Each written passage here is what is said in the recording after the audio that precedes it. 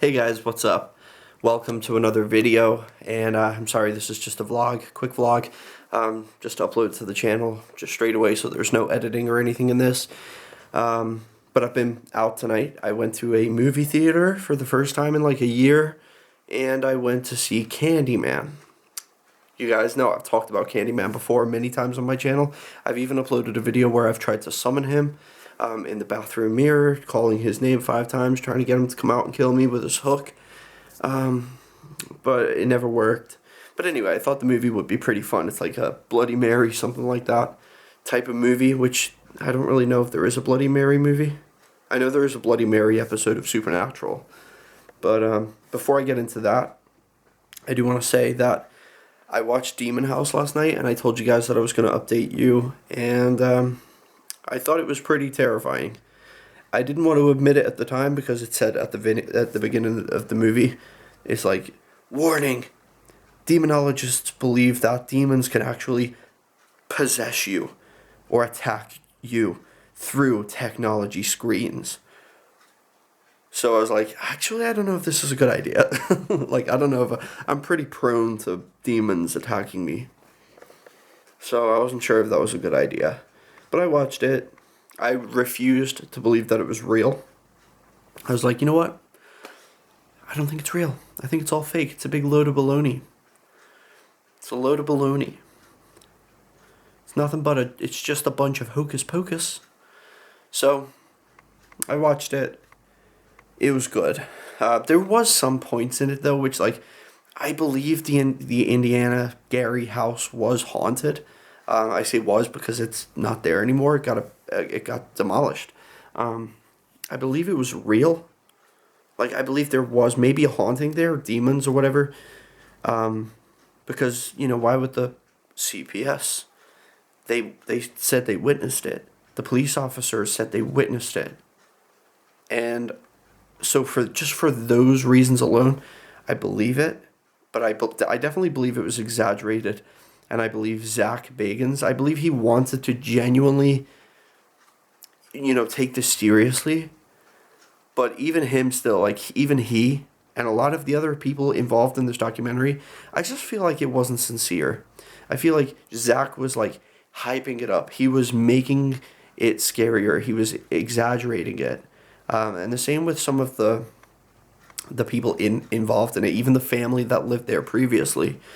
I feel like, you know, maybe they did have some crazy experiences, and so did the kids. But it was kind of fishy the way they wouldn't talk to Zach on his documentary because apparently he had the demon attached to him now because he's been in that house. Yet they were involved in another contract with like another film.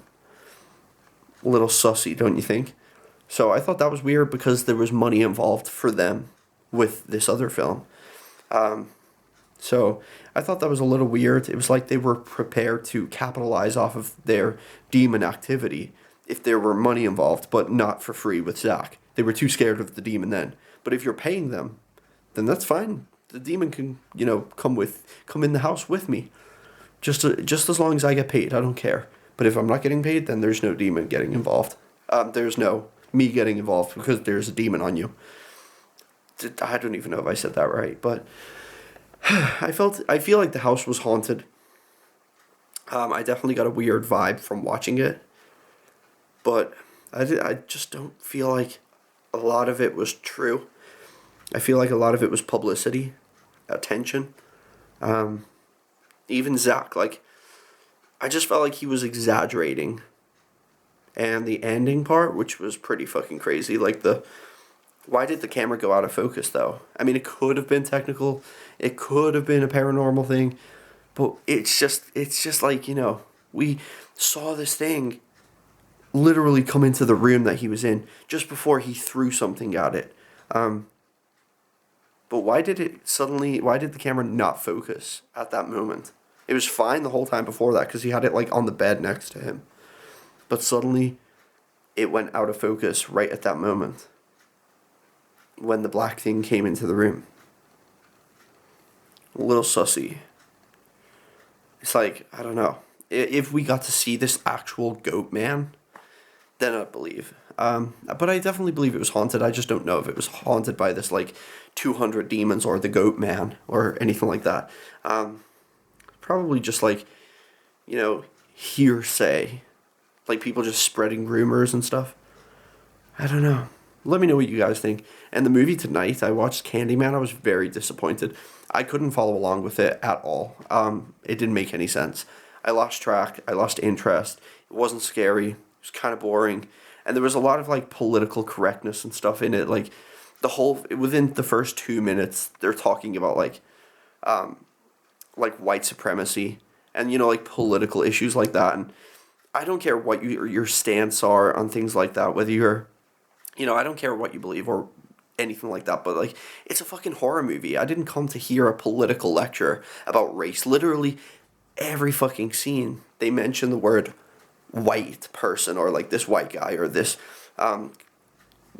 white girl had, like, a piece of candy with a razor in it. Like, is the color of her skin necessary? Like, this is the fucking problem with the world. Everybody is making everything about race. And I'm not a racist person. I love people. I love people. I don't care what people's skin are. Like, if people are nice to me and they're cool to me, I have no problem with anybody. Anybody at all. The only people I have a problem with is, like, just people who are assholes, disrespectful, that kind of thing. But, like, I went to this movie theater excited to watch a horror movie.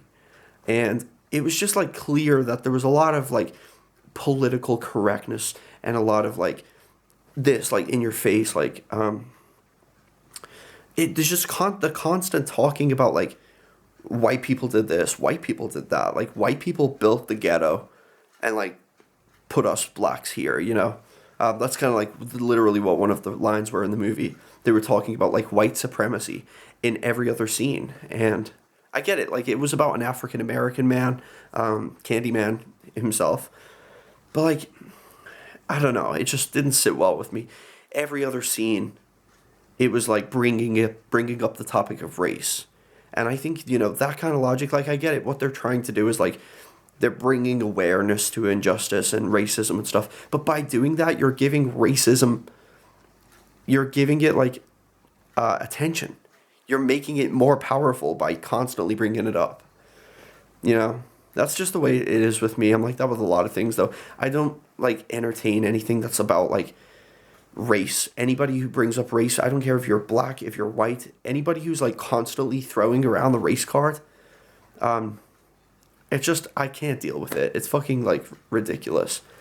And I get it, there is bad things that have happened, and there is, of course, racism, but, like, I wanted to watch a horror movie. I didn't want to fucking hear all this shit about race, I'm sick of it. So, I wasn't really interested in this movie at all. It was a big letdown.